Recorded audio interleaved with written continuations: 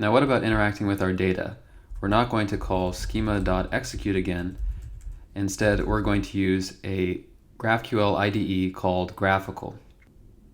So to set up GraphiQL, we can head to app urls.py and then scroll down.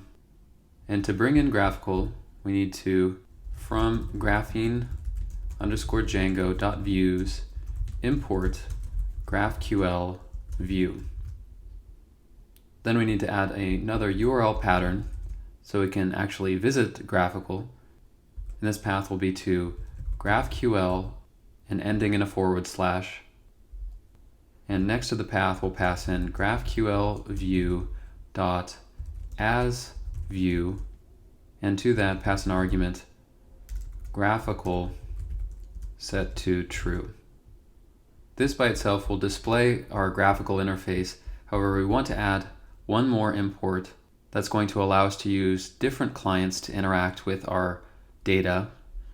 We're going to need to use another tool later on because GraphiQL is not going to provide everything that we need, for example, when dealing with authentication. We'll take a look at this later, but first we will from django.views.decorators.csrf import csrf_exempt. And we're just going to wrap graphical view with this csrf exempt. Again, just know that this is going to prevent some errors in the future, some cross-origin errors. But for now, let's save all of these files and we'll start up our server. Once again with an app with python manage.py run server.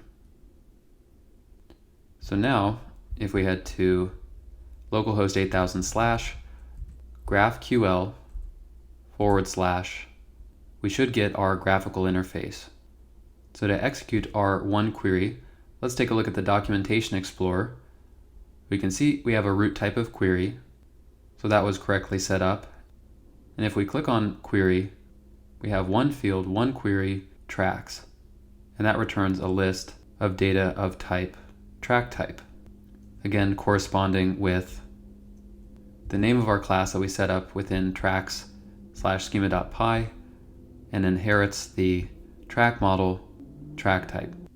So if we investigate this track type within our Documentation Explorer, we see it contains all of the fields that we would expect, including this ID that I mentioned. So finally, if we try writing our query, the tracks query, and we ask for all the fields, ID, title, description, URL, and created at, and hit the play button, we see that we get our array of tracks with all the data that we created within the Django shell.